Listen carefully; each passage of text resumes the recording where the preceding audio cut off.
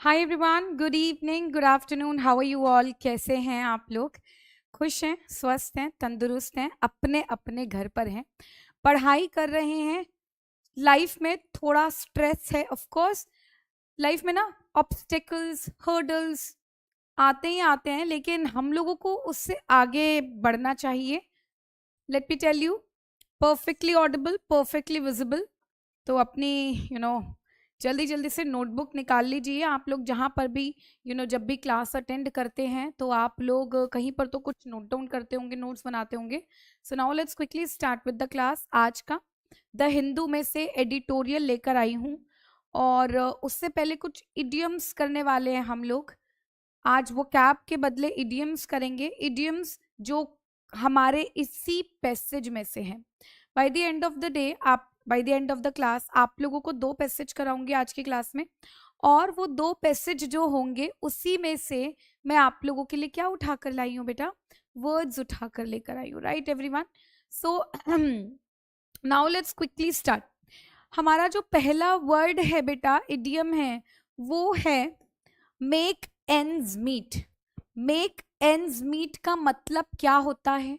यहां लिखा हुआ है manage basic expenses with limited income.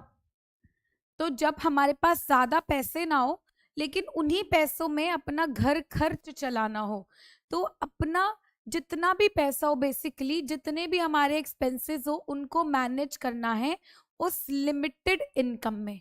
ठीक है? फॉर एग्जाम्पल 10 रुपए हैं और 9 रुपए का खर्चा है। ठीक है? तो 10 में से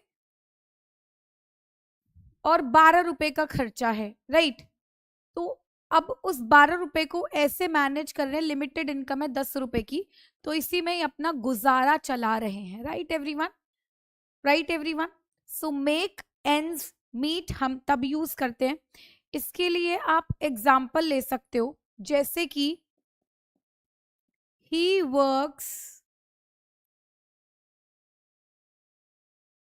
all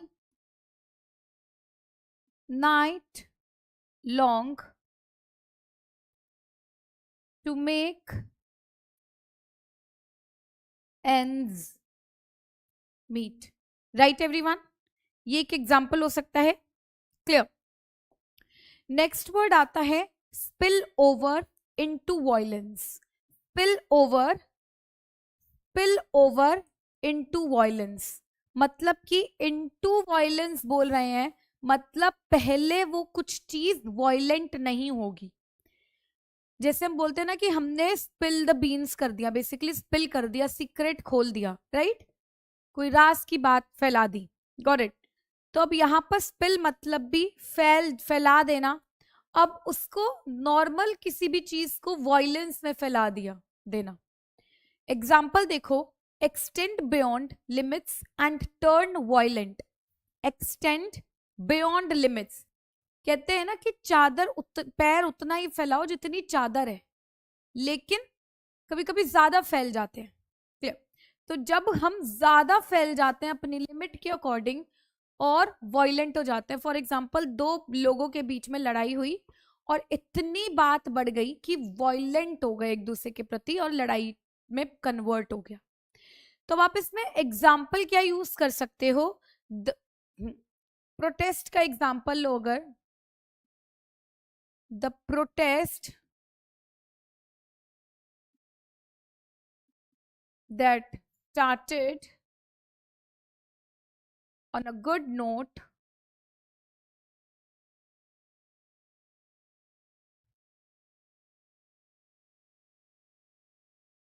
spilled over into violence। Clear हुआ? क्लियर हुआ? जल्दी से बताओ, क्लियर हुआ? Quickly let me no. The protest that started on a good note spilled over into violence. ऐसा क्यों कह रहे हैं मेरी जान? तबीयत ठीक नहीं है मैम आपकी? क्या शक्ल से लग रहा है क्या? प्लीज बताओ। Bridge fiscal gap, just a second, sorry, bridge fiscal gaps. Okay, अब ब्रिज क्या होता है? फॉर एग्जाम्पल दो एंड है हमारे और यहाँ पर हमने उसको कनेक्ट करने के लिए एक ब्रिज बना दिया, राइट एवरीवन? उसको कनेक्ट करने के लिए एक ब्रिज बना दिया। तो अब जब हम फिस्कल गैप को जोड़ते हैं तो financial fiscal related to money, है ना? तो जब शायद से गवर्नमेंट के पास फॉर एग्जाम्पल पैसा कम हो गया तो उसने कुछ ऐसा करा कि ब्रिज कर सके उस फिस्कल गैप को, क्लोज फाइनेंशियल शॉर्टफॉल्स। अब अगर आप इसका एग्जाम्पल देना चाहोगे तो आप बोल सकते हो government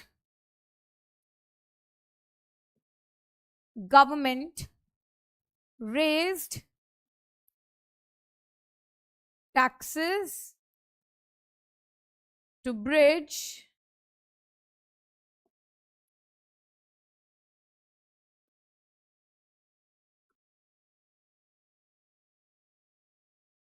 fiscal gaps. Clear? Clear? जल्दी से बताना, समझ आया? Next is trust deficit. Deficit मतलब कि कुछ कम होना, ट्रस्ट मतलब विश्वास। तो जब जहां पर विश्वास कम हो जाए, serious lack of confidence between parties, तो अगर बीजेपी और कांग्रेस की बात करोगे, ठीक है, तो there is a trust deficit, there is a trust deficit between the two parties। याद रखना, हम लोग बिटवीन दो के लिए यूज करते हैं और अमंग हम लोग 2+ के लिए यूज करते हैं, right? Clear? Clear? Trust deficit समझ आया आप लोगों को? जल्दी से बताइएगा, जल्दी से बताना, सभी को समझ आया? Quickly let me no. Next is ले अ फाउंडेशन। ले अ फाउंडेशन मतलब जब हम फ्यूचर डेवलपमेंट के लिए एक बेस क्रिएट कर देते हैं, जैसे कि 20 फ्लोर बिल्डिंग बननी हो, जैसे 20 फ्लोर की, ठीक है, 20 फ्लोर की बिल्डिंग बननी हो जैसे, क्लियर? तो पहले आप अपनी नींव लगाओगे, आप अपना फाउंडेशन शुरू करोगे स्टार्ट, तब जाकर। अब जैसे बेटा फाउंडेशन कोर्सेज होते हैं, ठीक है, फाउंडेशन कोर्सेज क्या होते हैं बेटा? मेजरली 9, 10, 11, 12 होता है। बच्चों का स्कूल शुरू होता है तो उनका फर्स्ट, सेकंड, थर्ड, फोर्थ उनका क्या होता है? फाउंडेशन क्लासेस होती है, राइट? तो अगर उनका फाउंडेशन स्ट्रांग होता है, हमें फाउंडेशन ले करना पड़ता है, तब वो आगे जाके कुछ कर पाते हैं, राइट एवरीवन? तो ले अ फाउंडेशन मतलब कि create a base for future developments. आप इसके लिए एग्जांपल भी लिख सकते हैं, ठीक है? कुछ good habits help us, good habits help us to lay a foundation, ठीक है? good habits help us, good habits help us to lay a foundation, है ना? लिख सकते हो, या फिर ऐसे भी लिख सकते हो, good habits lay foundation, lay a foundation for in our life, ऐसे भी लिख सकते हो शॉर्ट में, है ना? Good habits lay a foundation in our life. Clear? Next, सभी को समझ आ रहा है? Please let me know. ये सभी वर्ड्स, ये सभी इडियम्स आप लोगों के पैसेज में। चलो आगे बढ़ेंगे बेटा। Add to the mistrust. Add to the mistrust अब मतलब कि जहां पर ऑलरेडी लैक ऑफ कॉन्फिडेंस है, मिसट्रस्ट है, उसमें और सस्पिशन इंक्रीज हो जाना। In short, add to the mistrust का मतलब इन शॉर्ट होना जहां पर बिल्कुल भी कॉन्फिडेंस ना हो, जहां पर बिल्कुल भी कॉन्फिडेंस ना हो, that is add to the mistrust. Clear हुआ? बताओ मुझे। जैसे कि एग्जाम्पल लो, the delay in the delay in releasing data added to the mistrust in the organization, right? Clear? जो डिले हुआ था रिलीज करने में डेटा, वो और लैक ऑफ कॉन्फिडेंस बढ़ गया लोगों का, ठीक है, किसी भी चीज के, कंपनी के प्रति, गवर्नमेंट के प्रति, व्हाटएवर। क्लियर हुआ इतना? जल्दी से बताएंगे मुझे क्विकली। नेक्स्ट इज बेटा एग्जिट द सोशल कॉन्ट्रैक्ट। थोड़ा स्पीड बढ़ाते हैं, आई थिंक आप लोगों को स्पीड चाहिए, मैं धीरे धीरे पढ़ा रही थी, आगे थोड़ा स्पीड लेते हैं। Exit the social contract. Exit the social contract का मतलब क्या होता है? जब हम किसी सोशल कॉन्ट्रैक्ट से बाहर निकल जाएं, जब हम विड्रॉ कर ले रिस्पॉन्सिबिलिटी टुवर्ड्स सिटीजन्स और वर्कर्स। तो सोशल कॉन्ट्रैक्ट में कौन आता होगा? हमारे सिटीजन्स आते होंगे, हमारे वर्कर्स आते होंगे, राइट एवरीवन। अब इन लोगों की रिस्पॉन्सिबिलिटी को विदड्रॉ कर लेना, इन लोगों की जो रिस्पॉन्सिबिलिटी ले रखी होगी उससे विदड्रॉ कर लेना खुद को। तो उसका मतलब क्या होता है बेटा? Exit the social contract, right. Next is reeling under the consequences. Reeling under the consequences का मतलब, अब आप लोगों को ये पता है कि रील का मतलब आप लोग इंस्टाग्राम पर शॉर्ट्स बनाते हो, राइट, आर्टिफिशियल वर्ल्ड की। Clear everyone? अब वो उस कॉन्सिक्वेंसेस के अंडर क्या कर रहा है? सफर कर रहा होगा, मतलब reeling, he is reeling under the consequences. तो suffer the after effects of an event. तो जो भी कॉन्सिक्वेंस हुआ, जो भी किसी भी इंसिडेंट का, किसी भी इवेंट का, ठीक है, किसी भी इंसिडेंट का, किसी भी इवेंट का, जो भी बेटा आप लोगों का इफेक्ट आया, वो जो आफ्टर इफेक्ट होता है ना, उसको, उसकी सफरिंग के बारे में बात हो रही है। Suffering the after effect of any incident, और you can also call it consequence effect. Clear everyone? हाँ जी, सभी बताएंगे? सभी को क्लियर हुआ? जल्दी से बताएंगे मुझे, सभी बताएंगे क्लियर हुआ? Next is top up payments. Next is top up payments. अगर आप लोगों को और इंफॉर्मेशन चाहिए होती है तो आप लोग मेरा Instagram channel S English with Manisha ma'am भी ज्वाइन कर सकते हैं। You can follow me to know more about me. चलो आगे बढ़ते हैं। So now top up payments क्या होता है? अब जब हम टॉप अप कर दो, फॉर एग्जाम्पल कभी मेट्रो में ट्रैवल कराओ, या फिर कभी आप लोगों ने 90s 80s के किड हो अगर, तो आप लोगों ने देखा होगा उस टाइम पर पेटीएम रिचार्ज नहीं होता था, फोन पे रिचार्ज नहीं होता था, तब हम टॉप अप करते थे। रात को अपने बेस्ट फ्रेंड से बात करने के लिए फ्री में टॉप अप करते थे, 10 रुपए का, 15 रुपए का, पूरी रात फ्री होता था वो। क्लियर? तो अब आप टॉप अप समझ गए, मतलब कि कुछ ऐड करना, ठीक है, और एक्स्ट्रा ऐड करना। तुम्हारा पूरे मंथली रिचार्ज तो है, लेकिन वो 15 रुपए देकर रात की, पूरी रात की बात फ्री हो जाएगी, तो वो आपने टॉप अप कर दिया, तो कुछ ऐड करा supplementary, right everyone? So add supplementary financial support, add supplementary financial support, top up payments. Clear? Do let me no in the comment section quickly everyone. Next is things got out of control. जब चीजें हाथ से बाहर निकल जाए, जब चीजें unmanageable हो, जब आप मैनेज ना कर पाओ चीजों को, जब आप चीजों को मैनेज ना कर पाओ, that is when things get out of the control. Next is bring all stakeholders on board. Bring all stakeholders on board. सभी स्टेक होल्डर्स को बोर्ड पे ले आना, मतलब कि एक बोर्ड क्या होता है? फॉर एग्जाम्पल जैसे रिसेंटली ट्रंप ने बोर्ड ऑफ पीस जो है, ठीक है, उसका $1 बिलियन उनकी फीस रखी हुई है ज्वाइन करने के लिए बोर्ड ऑफ पीस को। तो board is like when there are lots of members in it, okay. तो वो उसमें डिसीजन मेकिंग होती है। वो कह रहे हैं कि सभी को, जो जो उस मेंबर के, जो जो पीस बोर्ड की, बोर्ड बोले तो टीम देख लो, उस टीम के, बोर्ड के जो लोग हैं, जो मेंबर्स हैं, उन सभी को इंक्लूड करा जाए, bring all stakeholders decision making में on board, right everyone, clear? जल्दी से बताएंगे क्लियर हुआ कि नहीं हुआ, क्विकली लेट मी नो बच्चा। Next is bypass labour laws. Bypass labour laws का मतलब क्या होगा, मतलब जब डेलिबरेटली जब डेलिबरेटली आप अवॉइड करते हैं लीगल प्रोटेक्शंस वर्कर्स के लिए, वर्कर्स को लीगल प्रोटेक्शन नहीं मिलती है, बाईपास कर दिया, ठीक है, क्या कर दिया, बाईपास कर दिया, right everyone, bypass labour laws, deliberately मतलब कि जानबूझकर अवॉइड कर देना legal protections from workers, clear, समझ आया? आज मैं आपको बहुत दिलचस्प बात बताती हूँ।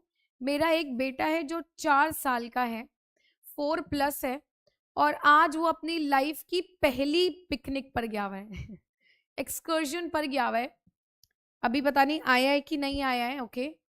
तो यस, मैं बहुत ज़्यादा एक्साइटेड थी आज सुबह से उसके लिए कि वो जा रहा है पहली ट्रिप पर, 4 साल का बच्चा है, 1 घंटे का बस का सफ़र है, 1 घंटे का आने का है, लाइक अभी मुझे मौका मिलेगा क्लास के बाद तो मैं उससे पूछूंगी जाकर स्पेशली कि कैसा रहा आपका experience first time.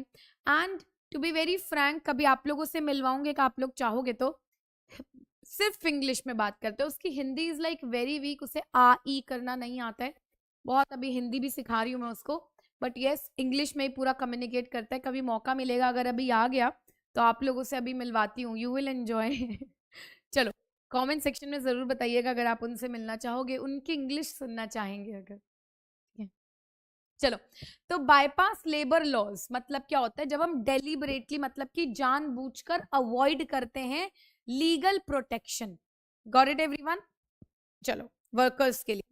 Next is fresh tension.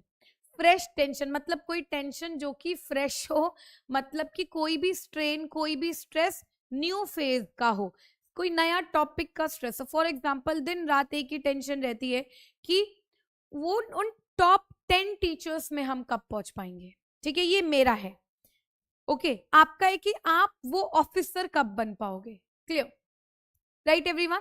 तो फ्रेश टेंशन है हर एक इंसान की, तो that's when we use this idiom.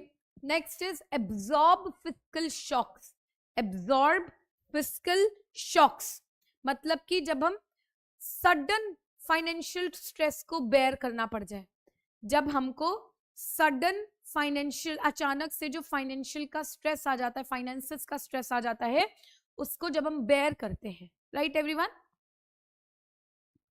Next is build on, and that is you know continue और एक्सपैंड एन एग्जिस्टिंग अप्रोच, ठीक है, उसको बिल्ड ऑन कर दो यार, आगे बिल्ड ऑन कर दो। फॉर एग्जाम्पल आपकी एक अप्रोच है कि सुबह की मॉर्निंग क्लास लेनी है, फिर शाम की मॉर्निंग क्लास लेनी है, रात की मॉर्निंग क्लास लेनी है, और एक इवनिंग की मॉर्निंग क्लास लेनी है, 4 क्लास तुमने ले ली। तो ये तुम्हारा रोज का अप्रोच है कि तुमको अगर बच्चों को समझाना है, पढ़ाना है, क्लियर कराना है, तो तुमने ऐसे किया, राइट एवरीवन? और उसको अगले सेशन में भी जब कंटिन्यू करा तो what you did, you build, आपने बिल्ड ऑन करा एक चीज को। Now fault lines have sharpened. Fault lines have sharpened मतलब underline divisions have intensified. Now अब शार्पन हो चुकी है कुछ फॉल्ट लाइंस, तो जो डिविजन्स है ना, जैसे फॉर एग्जांपल ये कंपनी है, उसमें अलग अलग डिविजन्स डिवाइडेड हैं, क्लियर? अब उनमें क्या होना बेटा, उनमें अलग ही टेंशन होना, क्लियर, अलग ही स्ट्रैटेजी होना। So that is when you underline divisions have intensified, intense हो जाती है।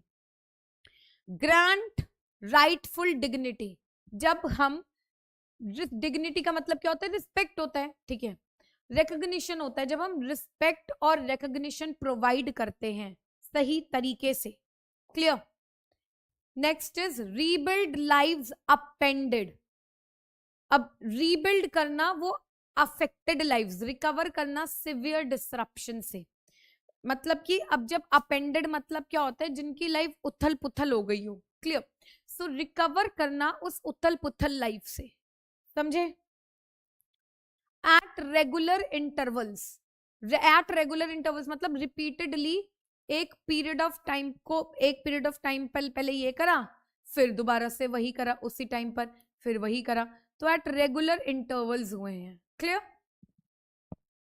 Clear? Next is under presidents rule. Under presidents rule बोले तो जब हम गवर्न करते हैं directly by the central government, जब अंडर प्रेसिडेंट रूल मतलब कुछ काम कर रहे हो और तुम डायरेक्टली किसके अंडर काम कर रहे हो, under the central government, right? Clear? Fine. So these were the 20 idioms that I got it for you. Let's quickly jump on to the next thing and that is passage. News पढ़ते हैं और news पढ़ पढ़ के आपको समझाती हूँ, कोई जल्दी नहीं है मुझे। प्लस 2 पैसेज लेकर आई हूँ, उस पैसेज को पढ़ेंगे, फिर क्वेश्चंस करेंगे, उससे रिलेटेड प्रैक्टिस होती है। आप लोग बताओ कि आपको कितना हेल्प करता है? ठीक है, चलो। Now in multi ethnic Manipur, Manipur की न्यूज है, ओके, एडिटोरियल में से उठाकर लाई हूं। इन मल्टी एथनिक मणिपुर, मणिपुर में मल्टी कम्युनिटीज हैं ढेर सारी। द डिवाइड बिटवीन कम्युनिटीज, अच्छा वहां पर ढेर सारी कम्युनिटीज है जो डिवाइडेड है और वो कंटिन्यू हो रही है टू ग्रो, बढ़ती जा रही है, and spill over into violence, और उनके बीचों बीच में लड़ाइयां चल रही है। मतलब वो जो कम्युनिटीज हैं उनमें प्रॉब्लम्स के साथ साथ अब वो वायलेंट होते जा रहे हैं एक दूसरे के प्रति। With people still trying to rebuild lives, अभी भी लोग वहां पर, वो जो लोग हैं वो तो अभी भी रीबिल्ड करने की कोशिश कर रहे हैं। लाइव्स अपेंडेड बाय 2 years, 2 सालों से जिनकी लाइफ उथल पुथल हो रखी थी ऑफ माइंडलेस हॉस्टिलिटी, तो वो कह रहे हैं किस वजह से हो रखी थी। कुछ ऐसा इंसिडेंट हुआ था May 3, 2023 में, ठीक है, उस वजह से। और उसके बाद अनदर इज लाइक अलग एक और स्टोरी हुई जो किसी को मार दिया था, जिसके वजह से न्यू टेंशंस अराइज हो गई। ऑन वेंसडे नाइट, ठीक है, ऑन वेंसडे नाइट 29-year-old मिटाई मैन, सो वेंसडे, आज क्या है, सैटरडे है ना, तो बुधवार की रात को, ठीक है, बुधवार की रात को क्या हुआ बेटा, एक मैन को मार दिया, ठीक है, किल कर दिया। अब वो मैन थे, वुमेन थे, क्या थे, तो वेंसडे नाइट को 29-year-old मिटाई मैन एक कम्युनिटी है जिसको मार दिया गया था, किसी ने मार दिया था बाय अनआइडेंटिफाइड असाइलेंट्स, मतलब कि कोई गुंडों ने मार दिया होगा, किसी और कम्युनिटी के लोगों ने मार दिया होगा। अब उस आदमी का नाम बता रखा है मयंगलंबम ऋषिकांत सिंह, जो अपनी वाइफ को मिलने जा रहे थे, जो कहां से बिलोंग करते हैं, कुकीजू कम्युनिटी से, जो कि चूरचंदपुर डिस्ट्रिक्ट में है। क्लियर? जब when the couple was picked up from home by कुछ मास्क पहने हुए, गोली गन लेकर, गनमैन जो थे, क्लियर, वो जो गनमैन थे बेटा, उन्होंने क्या करा, उन्होंने उन कपल को उठाया। While she was allowed to walk away, उसको बोल दिया था कि तुम चले जाओ यहाँ से, उसकी बीवी को, सिंह को, उस आदमी को गोली मार दिया उसको जान से, और इस इंसिडेंट को कैमरे पर रिकॉर्ड भी किया। There were demonstrations in मिटाई डोमिनेटेड, ओके, अब यहां पर ऐसे भी डेमोन्स्ट्रेशंस हुए थे, ऐसे और कांड बोल दो, ऐसे इवेंट बोल दो, कौन सी वैली में, मिटाई डोमिनेटेड इम्फल वैली में, इम्फाल, और कैक्चिंग में भी हुए थे, जहां फ्रॉम वेस्ट, जहां से सिंह जो थे बिलोंग करते थे।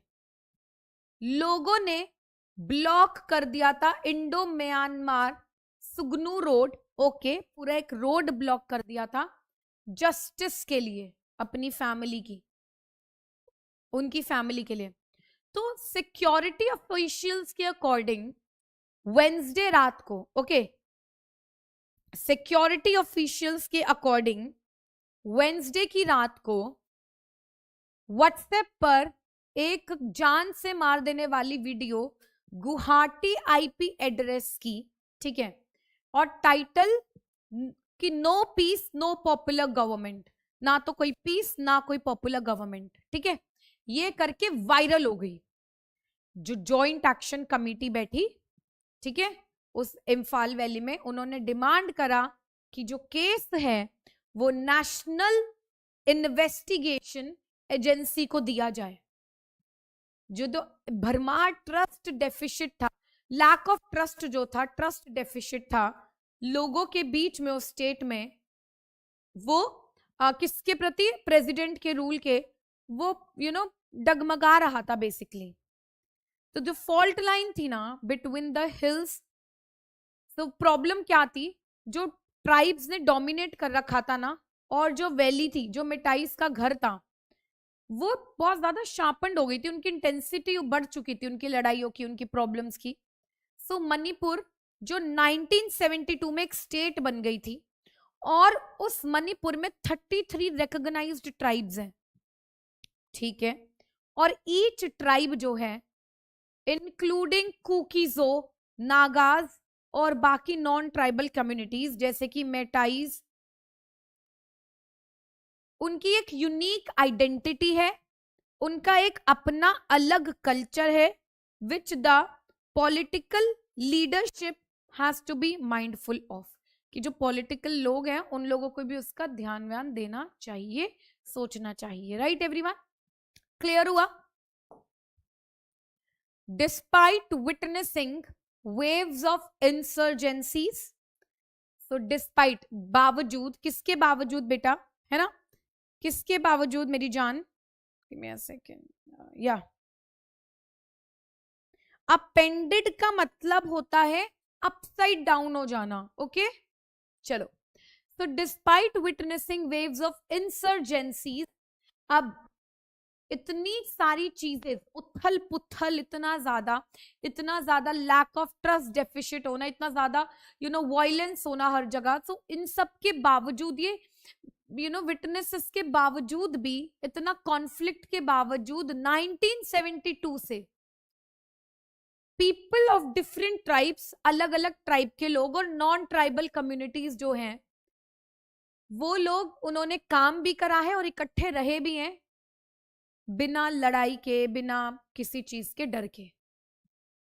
लेकिन अब ये चीज रहना वहां पर इम्पॉसिबल हो चुका है, और कुकी जू में, ठीक है, वो वहां पर एकदम मिसट्रस्ट आ चुका है, लैक ऑफ ट्रस्ट आ चुका है, जब से उस सिंह आदमी की हत्या कर दी गई है। जो प्रेजेंट साइकिल है ना वायलेंस का, वो मणिपुर हाई कोर्ट ने बोला कि भाई, स्टेट गवर्नमेंट को बोला to schedule tribe status, tribe status to the Meiteis and old demand, कि उन लोगों को शेड्यूल ट्राइब को स्टेटस दो, एक बिलोंग, वो दो, एक स्टेटस दो उनको भी, और जो उनकी हमेशा से ओल्ड डिमांड रही है वो उनकी पूरी करो। तो जो ट्राइबल ग्रुप्स है ना, उन्होंने बहुत ही फ्यूरियसली, एंगरली प्रोटेस्ट करा, और उन्होंने बोला कि अब इन मिटाइज को अगर आपने स्टेटस सिंबल दे दिया तो इन ये अलग एडवांटेजेस उठाएंगे उसके, है ना। तो things out of control I जब मेटाइज और कुकीजू ट्राइब्स क्लैश करने लग गए थे।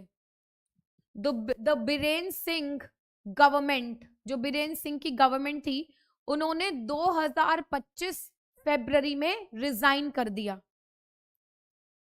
लेकिन जो स्टेट थी वो अभी भी reeling under the consequences of the manner, वो अभी भी उन्हीं इफेक्ट के कॉन्सिक्वेंसेस को सफर कर रही थी, जिसमें इन विच सेंटर और स्टेट लीडर्स ने उस सिचुएशन को हैंडल करा।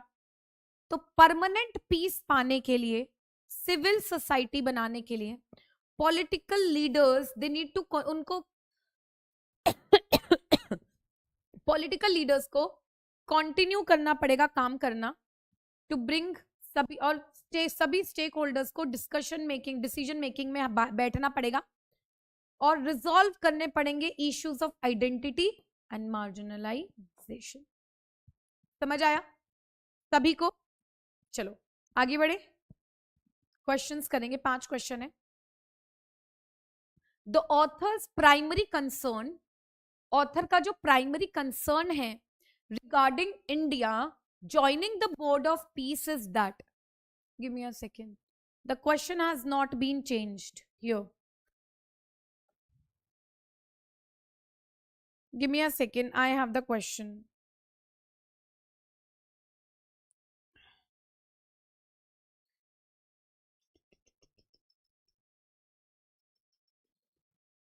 Give me a second.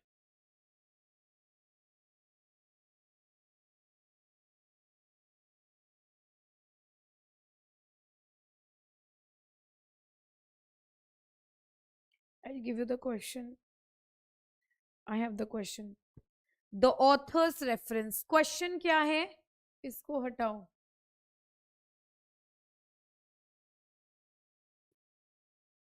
The author's reference to Manipur's history of coexistence primarily serves to, ठीक है, ये इसको भूल जाओ और इसके बदले ये क्वेश्चन है, ठीक है। अब सुनो क्वेश्चन, समझना है इसको बेटा क्या है। ओके वेरी गुड, अविनाश ने आंसर कर दिया, लेकिन अभी मैंने आंसर पढ़ा भी, क्वेश्चन पढ़ा भी नहीं है, पढ़ने दो। दी ऑथर्स रेफरेंस, जो ऑथर ने रेफरेंस दिया है मणिपुर की हिस्ट्री को, कोएग्जिस्टेंस प्राइमरली वो सर्व क्या करता है, रोमांटिसाइज करता है क्या, प्री रोमांटिसाइज तो दूर दूर तक नहीं करता है, पूरे पैराग्राफ में न्यूज में रोमांटिसाइज वर्ड भी यूज नहीं हुआ होगा। Argue that ethnic conflict is an inevitable outcome, कि वो कह रहे हैं एथनिक कॉन्फ्लिक्ट जो है ना उसका कोई आउटकम ही नहीं है डाइवर्सिटी का। रॉन्ग बेटा, क्या सेंस बन रहा है इसका, हमने इसमें बात नहीं करी इस पूरे पेस न्यूज में। Highlight the breakdown of institutional mechanism that earlier enabled coexistence, justify the demand for schedule tribe status by Meiteis. अब बेटा इस पैसेज में वो कह रहा है, ऑथर कह रहा है कि जो मणिपुर का हिस्ट्री कोएग्जिस्टेंस का वो हाईलाइट कर रहा है इंस्टीट्यूशनल मैकेनिज्म का ब्रेकडाउन जो पहले कोएग्जिस्ट कर रहा था, राइट। जस्टिफाई नहीं कर रहा ना डिमांड, अभी तो जस्टिफिकेशन की बात नहीं हो रही है, तो सी हो जाएगा। वेरी गुड, जिसने करेक्ट आंसर दिया था सी, राइट। नेक्स्ट क्वेश्चन देखो, which inference can most reasonably be drawn from the demand to transfer the investigation to the NIA, National Investigation Agency, okay, NIA stands for National Investigation Agency। इनमें से चारों में से कौन सा inference सबसे reasonable है जिसमें से आप बता सकते हो कि जो डिमांड थी उन्होंने ट्रांसफर करने की, क्यों, जो क्राइम था इंटरनेशनल इम्प्लीकेशन थे, state policing is perceived as compromised, state policy जो थी कॉम्प्रोमाइज्ड थी, सेंट्रल एजेंसीज सुपीरियर थी, या फिर violence driven by organised groups alone. बेटा आई थिंक यू नो, अब देखो violence driven by organised insurgent groups alone नहीं, जो क्राइम है इंटरनेशनल इम्प्लीकेशन था नहीं, सेंट्रल एजेंसीज स्टेट पॉलिसिंग को यू नो इनएडिक्वेट माना गया था, बिल्कुल सही, तभी तो उन्होंने बोला था कि नेशनल इन्वेस्टिगेशन एजेंसी को लाना पड़ेगा। स्टेट सेंट्रल वो इनएफिशिएंट थे, इनएडिक्वेट थे, कॉम्प्रोमाइज थी, वो चीजें नहीं कर सकते थे, that's the reason. Question number 3, जल्दी से बताओ इसका आंसर देना। The circulation of the killing video with the caption no peace no popular government, हाँ तो वो जो वायरल कर दी थी व्हाट्सएप पर, नो पीस नो गवर्नमेंट, वो क्या इंडिकेट करता है, स्पॉन्टेनियस इमोशनल रिएक्शन लोगों का, attempt to delegitimise democratic government through fear, fear के थ्रू ठीक करना चाहते हैं, डिससेटिस्फैक्शन इकोनॉमिक पॉलिसी से नहीं, इसका भी आंसर बी ही होगा। नेक्स्ट, ये जो सभी क्वेश्चंस है ना आपको ऐसे पैसेज में नहीं मिलेंगे, आपने उस पूरे पैसेज को पढ़ा, आप लोगों के एडिटोरियल की खासियत ही यही होती है कि मैं आपको डायरेक्ट क्वेश्चन कभी नहीं देती हूँ, इस तरीके से क्वेश्चन देती हूँ कि उसका आंसर आप लोगों को लिखा हुआ नहीं मिलेगा, आप लोगों को एज्यूम करना पड़ेगा, अपना दिमाग लगाना पड़ेगा कि कौन सा करेक्ट हो सकता है। आफ्टर रीडिंग, रीड करके पता चलता है कि क्वेश्चन क्या कहना चाह रहा है, right everyone. Which of the following best captures the author's implicit critique of president's rule? It worsened violence by suspending democratic institution. President rule in Manipur क्या कैप्चर करता है बेस्ट ऑथर का क्रिटिक जो है? It address administrative issues but fail to rebuild social trust, social trust नहीं build कर पाए थे। इम्पोज विदाउट कॉन्स्टिट्यूशनल, इम्पोज कर दिया था बिना वैलिडिटी के कॉन्स्टिट्यूशन के ना। एम्पावर इंसर्जेंट ग्रुप्स नहीं, करेक्ट भी होना चाहिए बेटा। क्लियर, डेमोक्रेटिक इंस्टीट्यूशन सस्पेंड की वजह से नहीं हुआ था, right. So question number 5, the opposition to granting ST scheduled tribe status, जो अपोजिशन था उनको देने का कि एसटीज को स्टेटस मिल जाए, मिटाइज को, can be interpreted as reflecting which underlying concern? Fear of cultural homogenisation, anxiety over redistribution of constitutional safeguards and resources, opposition to judicial intervention in नहीं, rejection of federal authority. B होगा इसका भी। Clear, चलो एक और लेकर आई हूं बेटा, आप लोग देखना, आप लोग एक बार ये देखना कि आप लोगों की जो न्यूज होती है, मैं बता रही हूँ आप लोगों को, यहाँ पर चलते हैं, गिव मी अ सेकेंड। अब आप लोग यहाँ पर आए, द हिंदू न्यूज़पेपर आपने लिया, क्लियर। अब आप इधर हिंदू न्यूज़पेपर पर आए, आपने ई पेपर पे क्लिक करके एडिटोरियल पर गए, देखना इस चीज को, इसको क्रॉस करते हैं।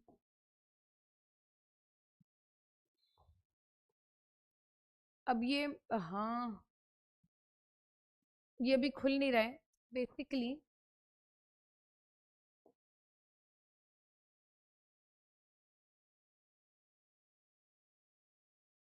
तो यहां पर आप लोग देखना क्यों ऐसा क्यों हो रहा है। हाँ, बंद कर दो इसका, डेली न्यूज में चले जाओ, चलो ठीक है। अब यहां पर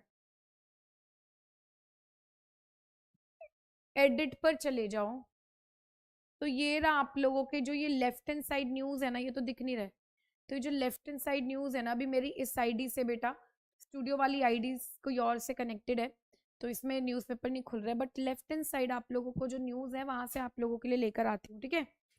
चलो, तो now listen, the ongoing protest by ASHA, एक और है, उसी के नीचे एक और हमारी न्यूज थी, उसी को उठाया। द ऑनगोइंग प्रोटेस्ट बाय आशा, आशा एक औरत का नाम है मोस्ट प्रोबेबली, तो जो ऑनगोइंग प्रोटेस्ट है ना आशा और बाकी आंगनवाड़ी वर्कर्स का वेस्ट बंगाल में, वो डिमांड करते हैं वेजेस कि वो 15,000 महीना इंक्रीज कर दी जाए। वो एक सोर रिमाइंडर है उनके एफर्ट्स का कि भाई क्योंकि उनको परमानेंट एम्प्लॉय स्टेटस नहीं मिला जाता, डिस्पाइट इतनी स्कीम्स आ चुकी हैं, वेलफेयर स्कीम्स आ चुकी है, फिर भी उनको परमानेंट नहीं करा जाता और मंथली 15,000 रुपए भी नहीं दिए जाते।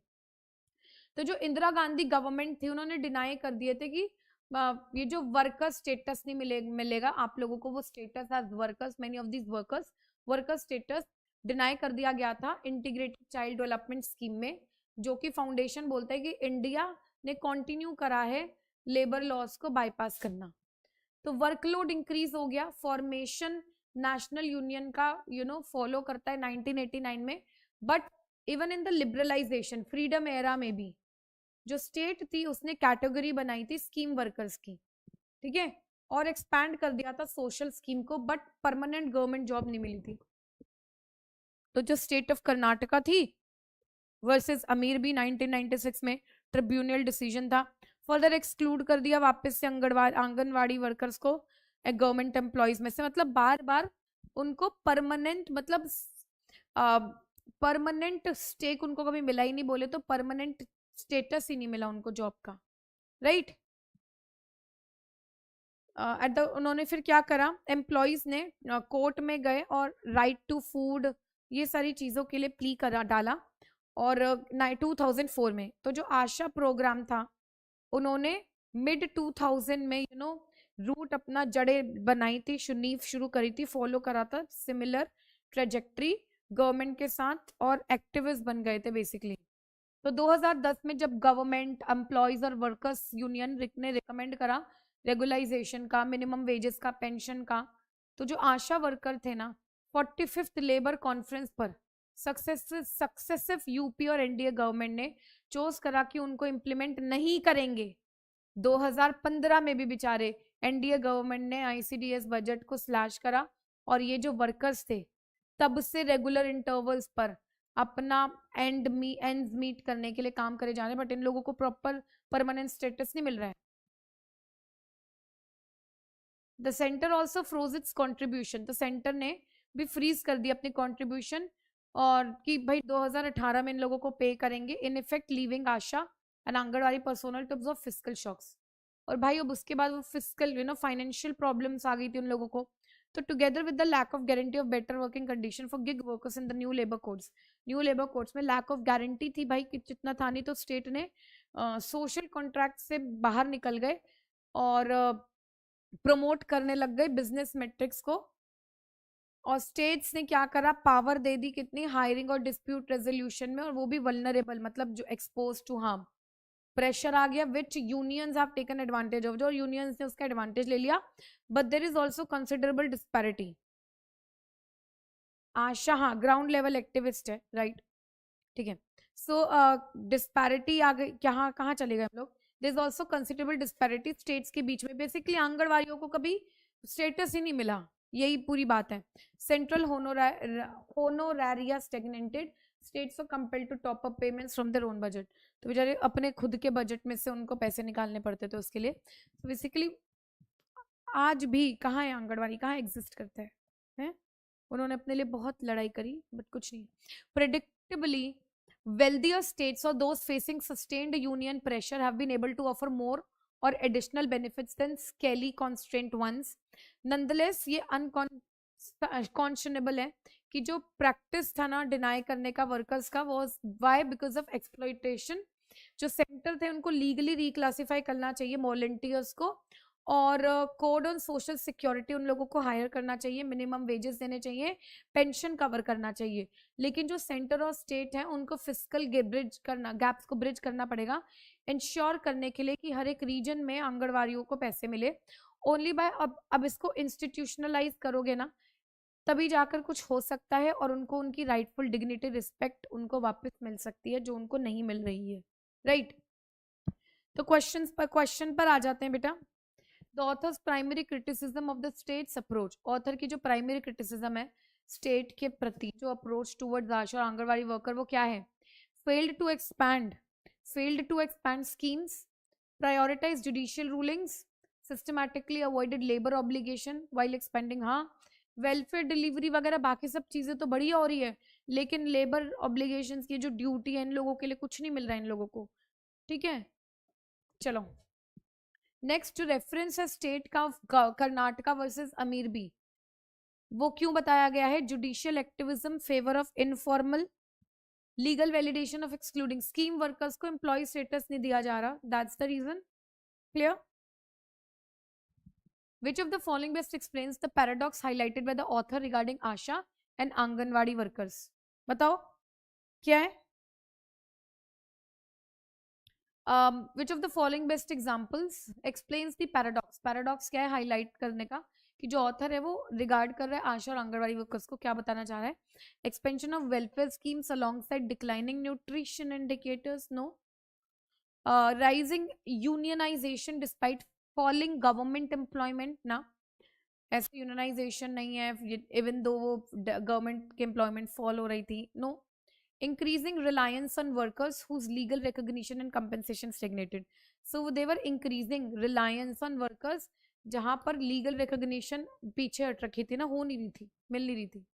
clear? Now the author's use of the phrase state has effectively exited the social contract। हाँ निकल चुके हैं। क्या बोलना चाह रहे हैं? कि जो गवर्नमेंट है विड्रॉ कर चुका है, लेबर प्रोटेक्शंस जो है सेलेक्टिवली डिल्यूट हो चुका है प्रायोरिटाइज करने के लिए फिजिकल और business interest, right. Next, which inference can be drawn about interstate disparities in payments to ASHA and anganwadi? क्या ड्रॉ कर सकते हो इंटरेस्ट रेट डिस्पैरिटीज का?